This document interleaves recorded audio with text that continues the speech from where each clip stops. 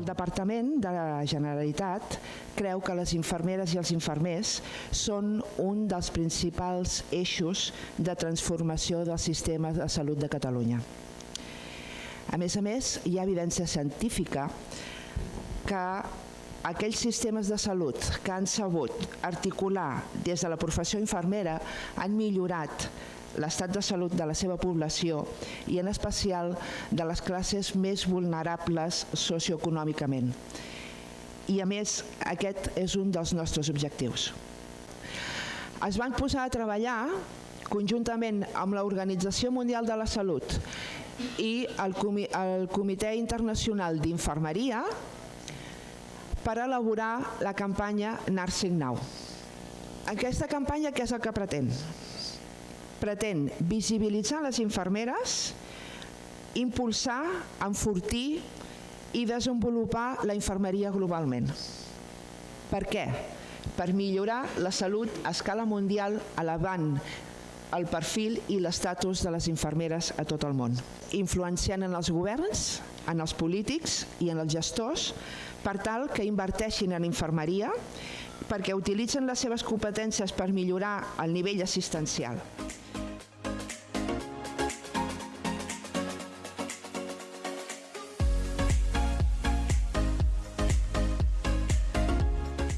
Que el paper de la llevadora no és prou conegut al nostre medi, ni per la societat, ni pels propis companys personal sanitari. Aquest desconeixement de les funcions fa que la població no aprofiti totes les nostres tasques i, per tant, creiem que hem de fer una bona difusió. Pero los niños tienen un retraso de crecimiento, son más prematuros, tienen anomalías congénitas, tienen la cabeza más pequeña, síndrome de abstinencia, disfunciones neurológicas, alteraciones conductuales, distrés respiratorio y hemorragia intracraneal, sobre todo los consumidores de cocaïna. A sala de parts també ha anat canviant i evolucionant. Amb embaràs hem vist que han anat apareixent molts protocols, però cada vegada les dones ens estan demanant l'assistència a un part més natural, ens estan demanant una assistència més respectuosa.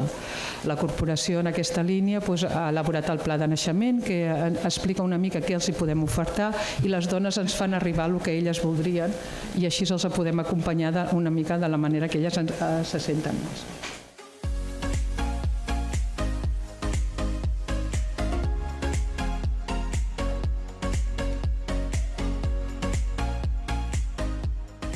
A mi m'apassionen els pacients, però una de les altres grans passions que tinc és l'ús intel·ligent de les noves tecnologies per millorar la forma de com cuidem els nostres pacients. Jo crec molt que una infermera que està en l'entorn digital també cuida. Si jo penjo la guia de pràctica clínica sobre la vacuna de la grip, no m'ho veurà ningú, però si jo faig una imatge on surti la població de risc, el missatge, i el que estic explicant, això arriba a molta més gent que no pas fent-ho de l'altra manera. I per mi la infermeria és un art i una ciència. És l'art d'implementar les cures d'infermeria, transmetent creativitat. Posar una via a un nen has de ser creatiu, posar una quimioteràpia has de ser creatiu, has de tenir enginy. Moltes vegades amb l'espadadrap, vosaltres ho sabeu, heu fet miracles.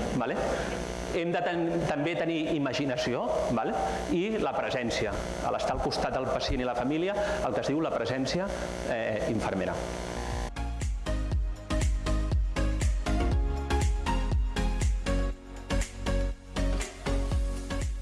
Les bases és reduir l'estrès del pacient quan es ve a operar, tant l'estrès emocional i reduir el desgast metabòlic del pacient. També es tracta de millorar la recuperació del pacient en el postoperatori, reduir l'estada hospitalària i reduir el cost hospitalari. Quines modificacions van fer a l'hora d'introduir aquesta trajectòria? Per tal de reduir l'estrès d'aquest pacient, s'entrega una documentació a l'ingrés d'aquest pacient on s'informa de tots els passos que s'anirà fent dins de l'hospital. Què ens va portar a fer aquest estudi? Creiem que la figura de la infermera quirúrgica és desconeguda a la població. Tenim poca informació en general sobre el paper de la infermeria. És molt important el paper que té el pacient, l'estat d'ànim que té, tot això fa que redueixi l'angoixa, que redueix l'estrès i fins i tot que pugui donar lloc a una estada hospitalària inferior. És que s'han operat durant aquest termini d'anys 64% de dones i un 36% d'homes. Podem observar que ha sigut el doble en dones. La prevalència de la colicistectomia, observem que l'any 2013 teníem unes 35 i en canvi el 2017 hem tingut unes 24, la qual cosa estem baixant les laparotomies obertes.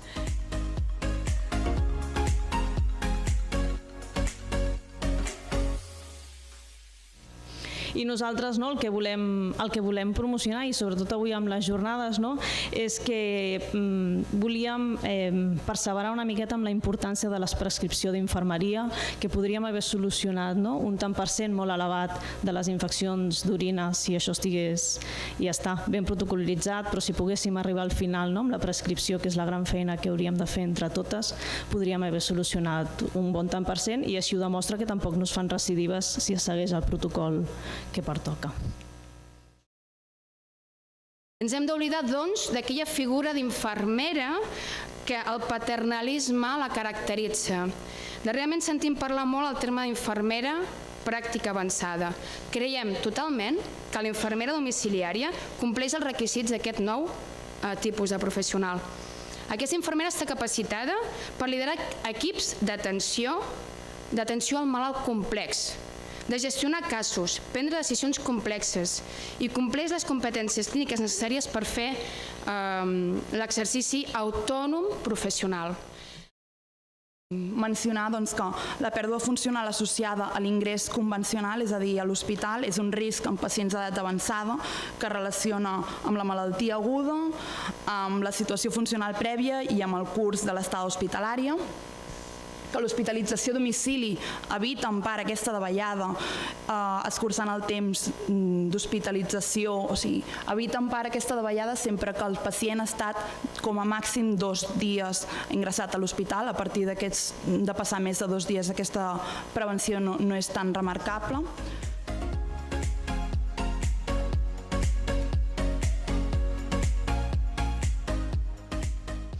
Infermeria està totalment capacitada per realitzar l'estografia amb una adequada formació.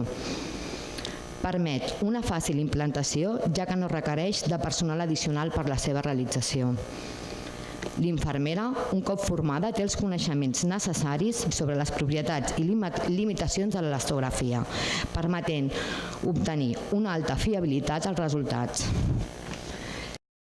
Conèixer els procediments i protocols forma part de les competències de la nostra professió infermera i ho hem de conèixer, ho hem de saber. I en tercer lloc, la formació d'infermeria i de la resta de l'equip assistencial són una peça clau per l'èxit de la tècnica i sobretot la recerca ens fa visibles. És la infermera qui prepara i administra el medicament i que aquest tractament s'inicia moltes vegades amb el pacient ingressat. Vull destacar la importància de la tasca infermera d'administrar medicació, que no oblidem que és el 80% de la nostra feina.